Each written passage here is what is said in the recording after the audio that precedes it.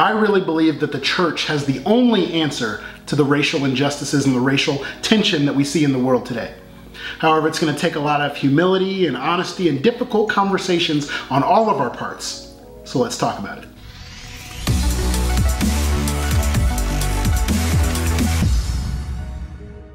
Hey, what's up everybody? Welcome back to another video on this channel. My name is Chase, and I saw a tweet earlier this week that said this: the saddest part of seeing so many brothers in ministry confront white supremacy today is seeing them do it with no shape up. I'm gonna add some of y'all who never learned the Clipper game, feel free to confess. Well, this is my confession right here. You don't wanna see what's going on under this hat. I haven't made it to the barbershop yet. If I took this hat off, YouTube would flag this video for offensive content. But anyway, this video isn't about haircuts. It's about talking about race, and I wanna share one big misconception when talking about race and why I believe the church is the only entity out there to undo racism. But it's gonna be difficult. It's gonna take us out of our comfort zone, and it's gonna take a lot of work on all sides. But that's what I wanna talk about in this video. And this actually isn't the first time I shot this video. I shot this yesterday in the recording studio, and I just didn't feel right about it. And I had some great conversations later that day and some realizations, and I feel like there's more to what I wanted to talk about. And so this is actually my second time shooting this. But really there's 2 points I want to make. Talking about racism is more complex than we think it is, and then I want to talk about why I think the church is the only entity that's equipped to talk about racism. All right, so first, one of the reasons that I think talking about race is so difficult is because we're often using the same phrase, but we have different meanings. For example, many people are upset about the riots and the protests and the looting. And for a lot of people, all three of those are one and the same, but for other people, those are three different things. So before we can have healthy conversations, we have to define our terms, and one of those terms that needs to be defined is racism. I've seen so many of my white brothers and sisters over the past week say that they're against racism, and that's great. You know, I hope that they are. But I think for many people who are white, when you use the term racism, you're talking about something different than what I'm talking about when I'm talking about racism. See, for many people who are white, and I'm not going to generalize and say most, but many people who are white see racism as this, or this, or this, or maybe even this.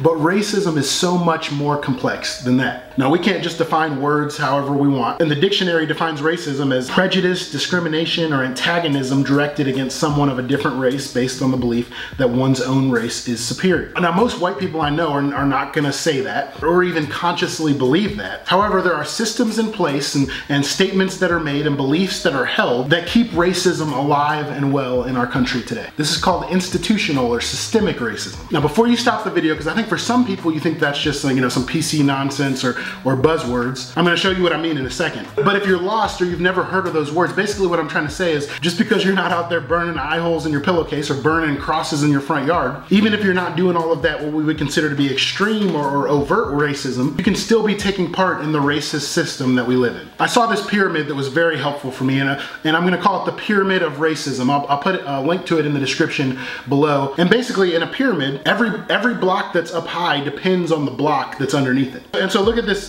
pyramid of racism, we'll call it. And when you see this pyramid, indifference is at the very bottom. And what I'm not saying that if you're indifferent, that ultimately you're gonna end up at the very tip of this pyramid. I mean, you see that at the very tip of the pyramid is genocide. That's obviously extreme. I'm not saying if you take part in the bottom, eventually you'll reach the top. But what I'm saying is that if you find yourself on this pyramid, particularly at the bottom, you're playing a part in a system, a racist system that's ultimately enables that at the top of the pyramid to still happen. All right, so look at this pyramid. At the very base of the pyramid is indifference. People who are indifferent are saying things about this like, hey, this doesn't affect me, or even, hey, I just stay out of conversations about race because, you know, it doesn't affect you, and so you're able to stay out of it. Avoiding confrontation with racist family members, like not wanting to speak out because maybe you have people in your family that do hold on to racist beliefs higher up the list, and so you're afraid to speak out. But basically this attitude of indifference that you don't have to speak out against injustice, or that you can just remove yourself from the conversation, ultimately enables things higher up the pyramid to happen. Minimization, there's things on here like get over slavery. It's been, you know, 200 years, almost 200 years. It hasn't even been 200 years, side note. But it's been several generations since slavery, so you should just get over it, right? Things like that. Things like the white savior complex. This is why I don't like movies like The Blind Side. I think it leads to some sort of white savior complex, and if you don't know what that is, you can just Google it or find other videos about that. Here's another big one in that category, but my black friend said, right? A lot of people, you know, like to latch on to one black person and use them as hey, this is what this person says that validates my beliefs, and so therefore, you know, if you disagree, well, it can't be racism if two black people disagree. Even in this video right here, I'm not speaking on behalf of the entire black race. Don't use me, don't use anyone else as a token black person to try and confront other black people with arguments. That gets very frustrating, and it's on here under minimization. I'm not gonna go through every single one of these words. You can pause the video and screenshot this. Actually, you probably don't want me up in the corner, so if you want to screenshot it, here you go.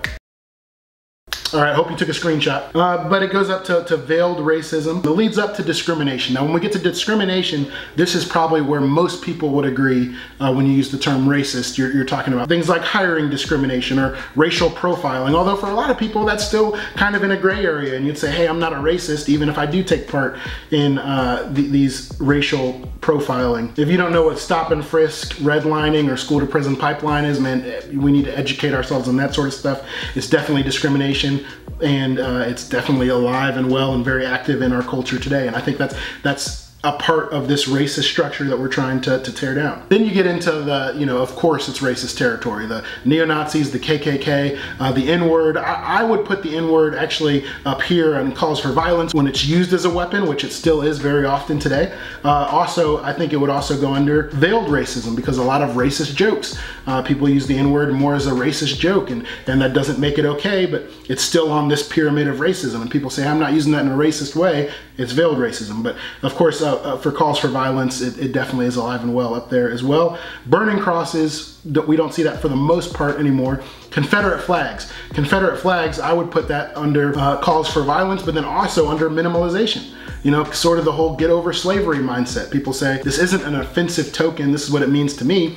And me and other people who are black are saying, hey, it still reminds us of those days of slavery and the Confederacy. So I think some things can be on multiple parts of this pyramid. And then you get up into just the pure evil stuff, the lynching, the unjust police shooting, and then you get all the way up to mass murder. You say, oh, that's ridiculous. Well, all you need to do is look just a couple years ago. But ultimately, again, I'm not saying that just because you're indifferent and you see yourself on the bottom part of the pyramid, that eventually you will ultimately commit genocide.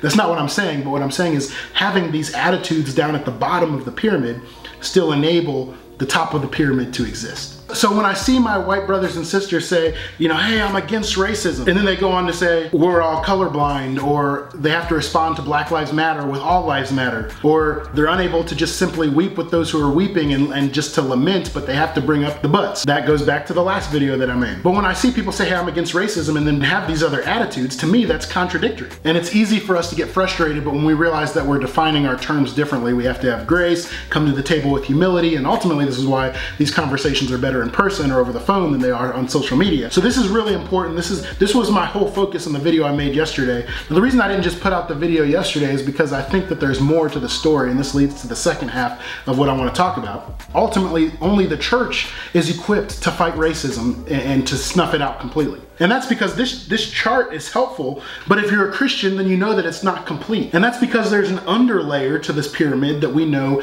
is called sin. Right? There's a problem in all of our hearts, black, white, brown, whatever, that's called sin. And it's in us from the moment that we're born. We don't have to learn it. And it ultimately leads to all the pain and negativity and heartbreak that we see in the world today. And now why am I getting at this, right? This isn't a sermon, this is a YouTube video. But the reason I'm sharing this is because if we believe this, then we as the church are ultimately the only ones that are equipped to fight racism. We can go to the very base of this pyramid and the structure and tear the whole thing down. However, there's two problems in our society. Number one, outside of the church, we're trying to tear down the structure, this pyramid, without getting to the problem that's at the very base. And so we try and talk about not being indifferent and not minimalizing racism and definitely trying to get rid of the stuff at the top of the pyramid, but we don't attack the foundation of the pyramid, and then it just springs back up in different forms in different ways. It's like ripping the head off of a dandelion without getting to the very root of the problem. Right? And so outside of the church, we can't overcome the attitudes of racism because we're not getting to the heart of the problem. I heard a pastor say once, political correctness only changes what we say. It doesn't actually change our hearts, right? We still need to get down into that deep level. However, the problem in the church that we see most of the time today is we only want to talk about the very foundation, the underlayer, that problem of sin, and then we avoid talking about the rest of the pyramid. And so we leave the structure intact. Yes, the gospel is what's most important in getting rid of that at the bottom, but if we don't also tear down the rest of the structure, then it's still going to continue to exist. Oppression will continue to happen, and we're not going to see real change.